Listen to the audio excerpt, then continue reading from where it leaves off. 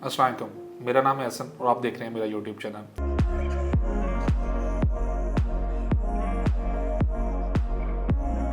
आज की इस वीडियो में मैं एक बहुत इंपॉर्टेंट टॉपिक जो कि लोन ऐप स्कैम्स हैं उनके बारे में बात करना चाहूँगा। आपने बहुत सारी वीडियोस देखी होंगी इस चीज़ के बारे में, बहुत इन्फ्लुएंसर्स ने ये वीडियोस बनाई हैं, तो मेरा एक डिफरेंट पर्सपेक्टिव है इन चीज़ों के बारे में, तो मैं आप लोगों के साथ वो शेयर करना चाहता हूँ। इस वीडियो में मैं इंशाल्लाह डिस्कस करूँगा कि ये ऐप्स वर्किंग कैसे करती हैं और ऐसी हमें क्या ज़रूरत पड़ती है कि जो हम इन ऐप्स का शिकार बनते हैं, जो हम इन ऐप्स को यूज़ करते हैं। तो इसके लिए आप मेरी वीडियोस को एंड तक ज़रूर देखिएगा। तो सबसे पहले मैं उस फैमिली के साथ बहुत ताज़ियत करना चाहता हूँ कि जिन फैमिली का मोहम्मद मासूद साहब जो कि रावलपिंडी से हैं, उन्होंने ख़ुदकुशी की इन ऐप से तंग आकर। तो सबसे पहले तो बात ये है कि ये ऐप्स आपको शिकार कैसे बनाती हैं। जैसा कि बैंक्स हैं वो भी आपको लोन देते हैं और भी काफ़ी कंपनीज भी कुछ होती हैं, प्राइवेट कंपनीज, वो भी लोन देती हैं। तो ये ऐप्स बेसिकली उन लोगों को टारगेट करती हैं जो इनके लिए इजी टारगेट होते हैं। इजी टारगेट मींस ऐसे हैं कि जो लोग कम पढ़े लिखे होते हैं या जिन लोगों की मजबूरी होती है कि उन्हें जल्दी में लोन चाहिए होता है, वो उन लोगों के साथ फिर कोई टर्म्स एंड कंडीशंस भी फाइनल नहीं करते और उन्हें लोन देते हैं। जो यूज़र होता है उसे भी लगता है कि मैं बैंक में अगर जाऊंगा तो मुझे बहुत सारा डॉक्यूमेंट्स जो हैं वो फिल करने पड़ेंगे, सबूत देने पड़ेंगे, मुझे कोई विटनेस देना पड़ेगा। तो वो अपनी आसानी देखते हैं, वो कहते हैं कि चलो जी हम लोन ऐप की जो स्कीम है इसके थ्रू हम ले लेते हैं, लोन ले लेते हैं। जो मजबूर लोग होते हैं वो इन एप्लीकेशन से लोन तो ले लेते हैं, लेकिन उन्हें उस वक्त ये नहीं पता होता कि उन लोगों की टर्म्स एंड कंडीशंस क्या हैं, इंटरेस्ट रेट क्या है उन ऐप्स के ऊपर और कितना उन्हें रिटर्न बैक करना पड़ेगा, कितने ड्यूरेशन में कितना रिटर्न बैक करना पड़ेगा। लोन लेते वक्त तो वो लोग आप लोगों को बहुत अच्छी टर्म्स एंड कंडीशंस बताते हैं। वो कहते हैं कि जी हम आपको सिर्फ इतना ही लोन पे करना पड़ेगा जितना आपने लिया है, या मिनिमल अमाउंट होगी जो आपको एक्स्ट्रा पे करनी पड़ेगी। लेकिन जब आप लोन पे करते हैं तब आपको पता लगता है कि आप कितनी बड़ी मुश्किल में फंस चुके हैं। इसके साथ साथ मैं ये कहता हूँ कि टेक्नोलॉजी इज़ स्कैरी। टेक्नोलॉजी बहुत ख़तरनाक है अगर हमें इसका सही इस्तेमाल नहीं आता, जो कि आजकल पाकिस्तान में हमारा लिटरेसी रेट हमारे पाकिस्तान में बहुत कम है। तो लोगों को मोस्टली नहीं पता कि हमने अपने मोबाइल फ़ोन को कैसे यूज़ करना है। मोबाइल फ़ोन तो सबके पास है, लेकिन लोगों को नहीं पता कि मोबाइल फ़ोन को कैसे यूज़ करना है।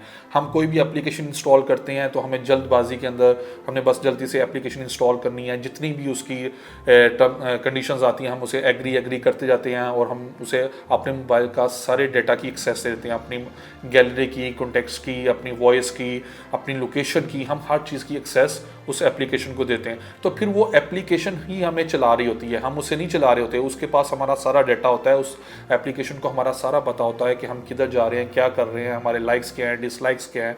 उसी की बेस पे वो हमें एडवर्टीजमेंट दिखा रहे हैं, उसी की बेस पे वो हमें जज कर रहे होते हैं। तो इस चीज़ के बारे में मैं ये कहूँगा कि हमारी जो ऑडियंस है, जो हमारे लोग हैं, इन्हें इतनी अवेयरनेस होनी चाहिए कि इन्होंने अपने मोबाइल में किस एप्लीकेशन को इंस्टॉल करना है और किसको नहीं करना। अगर किसी एप्लीकेशन को इंस्टॉल करना भी है तो उसे कौन सी परमिशंस इन्होंने देनी है। तो इस चीज़ के बारे में मैं ये कहूँगा कि ये जो लोन वाला धंधा चल रहा है, ये लोन वाला धंधा कोई नया नहीं है, ये बहुत पुराना धंधा है। अब ये कि टेक्नोलॉजी जैसे जैसे बढ़ रही है तो लोग बैंकों से हट के ऑनलाइन ऐप्स की तरफ आना शुरू हो गए हैं। बैंकों में ये था कि बैंकों में भी जब आप डिफ़ॉल्टर होते थे, आप लोन नहीं उनका रिटर्न कर सकते थे, तो उनके लोग भी आके आपको तंग करते थे, आपकी गली मोहल्ले में आके आपको जलील करते थे। अब ये है कि ये लोन ऐप वाले आपको ऑनलाइन तंग करते हैं, आपके घर में कॉल करते हैं, आपके रिश्तेदारों को कॉल करते हैं और आपको जलील करते हैं। तो किस वजह से हमें सबसे पहले सोचने की ज़रूरत ये है कि हम कैसे इधर पहुँचे, कैसे हम इस नहज तक पहुँच जाते हैं कि हमारे साथ ये सिचुएशन हो जाती है कि हम इन लोगों से तंग होते हैं।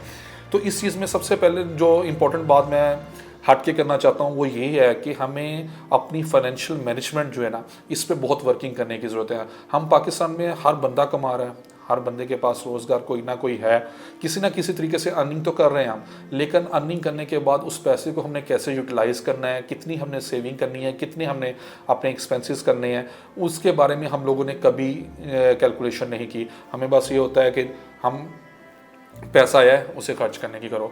दूसरी बात यह है कि हम लोगों को नहीं पता कि कौन सी चीज़ें हमारी ज़रूरत हैं और कौन सी चीज़ें हमारी ख्वाहिश है। हम अपनी नीड और वांट में डिफ्रेंशिएट करना नहीं जानते। तो हम क्या करते हैं, अपनी ख्वाहिशात को पूरा करना शुरू करते हैं। आहिस्ता आहिस्ता इंसान की ख्वाहिशात, इंसान की एक नेचर है कि उसकी ख्वाहिशात आगे से आगे बढ़ती रहती हैं। उन ख्वाहिशात को कंट्रोल करना हमारी ज़िम्मेदारी है कि हम अपनी ख्वाहिशात को कंट्रोल करें, लेकिन हम नहीं कर पाते। एक ऐसा फिर पॉइंट आता है कि हम अपनी ख्वाहिशात को पूरा करने के लिए लोन लेते हैं। हम कुछ ऐसी हमारी ख्वाहिशात होती हैं जिसके लिए हम अपने रिश्तेदारों से लोन नहीं ले सकते, हम किसी को बता नहीं सकते, तो फिर उनके लिए भी हम ये जो लोन ऐप्स है इनके थ्रू लोन लेते हैं, और ये फिर हमारा नाजायज़ फ़ायदा उठाते हैं। ये हमें फिर ब्लैकमेल करते हैं, और जैसा ये मोहम्मद मसूद साहब के साथ हुआ है, ऐसे इनके साथ, इससे काफ़ी और लोगों के साथ भी हो सकता है। ये स्टोरी तो ऐसी थी जो कि मीडिया पर आ गई। इसके अलावा भी बहुत सारे लोगों के साथ इस तरह के वाक़यात हुए हैं। कुछ बैंकों की तरफ से हुए होंगे, कुछ इन लोन ऐप्स की तरफ से भी हुए हैं। अब आहिस्ता आहिस्ता ये जो लोगों की स्टोरीज़ हैं ये मंजर-ए-आम पर आ रही हैं, और पता लग रहा है कि कैसे कैसे इन लोगों ने लोगों को इफ़ेक्ट किया है।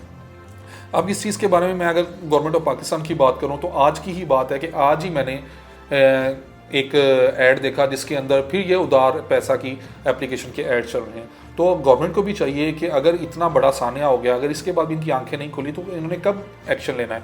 इन्हें चाहिए कि जितनी भी लोन एप्लीकेशन हैं जो कि SECP से रजिस्टर्ड नहीं हैं, जो कि 2 नंबर काम करें, इन सब एप्लीकेशंस को बैन करना चाहिए। और सब रिकॉर्ड निकल आता है कि किस बंदे के अकाउंट में पैसे गए हैं, वो अकाउंट किसके नाम पे रजिस्टर्ड है, उन सब बंदों को अरेस्ट भी करना चाहिए।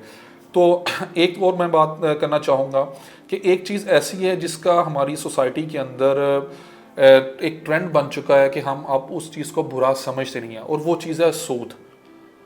हमारी सोसाइटी में एक ट्रेंड बन चुका है कि जो काम बहुत ज़्यादा लोग कर रहे होंगे, एक मेजॉरिटी एक काम कर रही होगी, तो हम उसे सही समझना शुरू करते हैं। जैसा कि बैंकों में अपना पैसा रख के वो खाना, उस पर जो सूद लेना है वो हम उसे सही समझते हैं।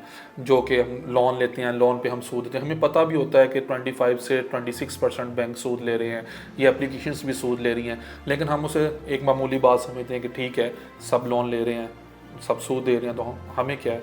तो ऐसी बात, मेरे ख्याल में ये एक पॉइंट ऑफ व्यू जो है बहुत गलत है।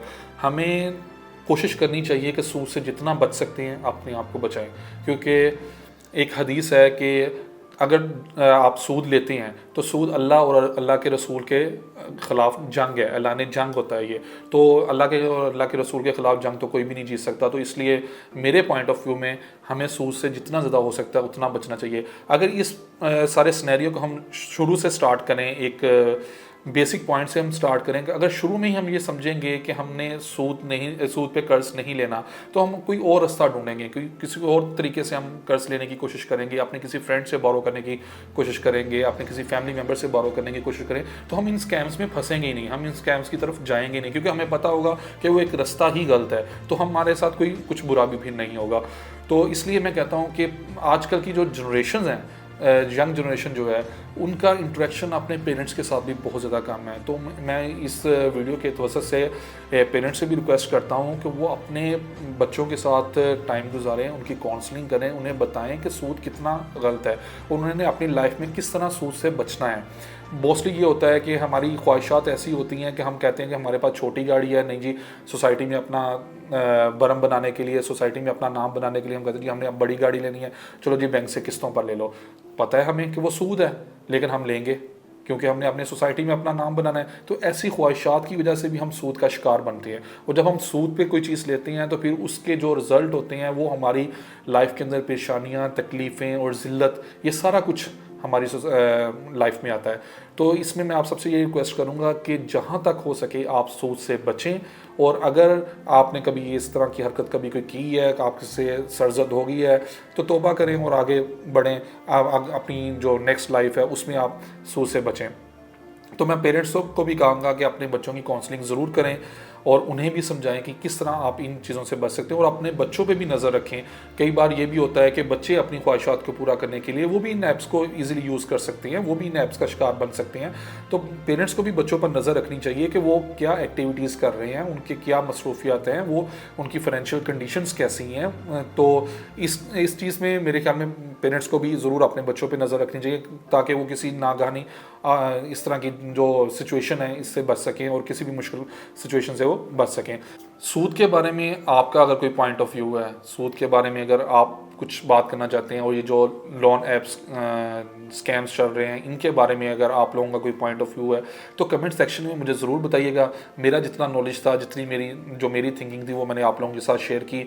मैं भी चाहता हूँ कि मैं आप लोगों की थिंकिंग से सीखूँ, आप लोगों के एक्सपीरियंस से सीखूँ। अगर आपका कोई ऐसा एक्सपीरियंस रहा है, कोई ऐसा एंगर रहा है जिसकी वजह से आप लोगों ने कोई मुश्किलात बर्दाश्त की हैं, तो आप वो मेरे साथ ज़रूर शेयर करें। और इंशाल्लाह नेक्स्ट वीडियोस में जो डिजिटल स्कैम्स और भी बहुत ज़्यादा हो रहे हैं, OLX पे बहुत ज़्यादा स्कैम्स हो रहे हैं, कॉल्स पे बहुत ज़्यादा स्कैम्स हो रहे हैं, तो इनकी भी मेरे पास कुछ एग्जांपल्स हैं, कुछ मेरे जानने वाले हैं उनके साथ कुछ स्कैम्स हुए हैं, तो वो इंशाल्लाह वो भी मैं वीडियो बनाऊंगा और आप लोगों को बताऊंगा कि उन स्कैम से आप लोग कैसे बच सकते हैं।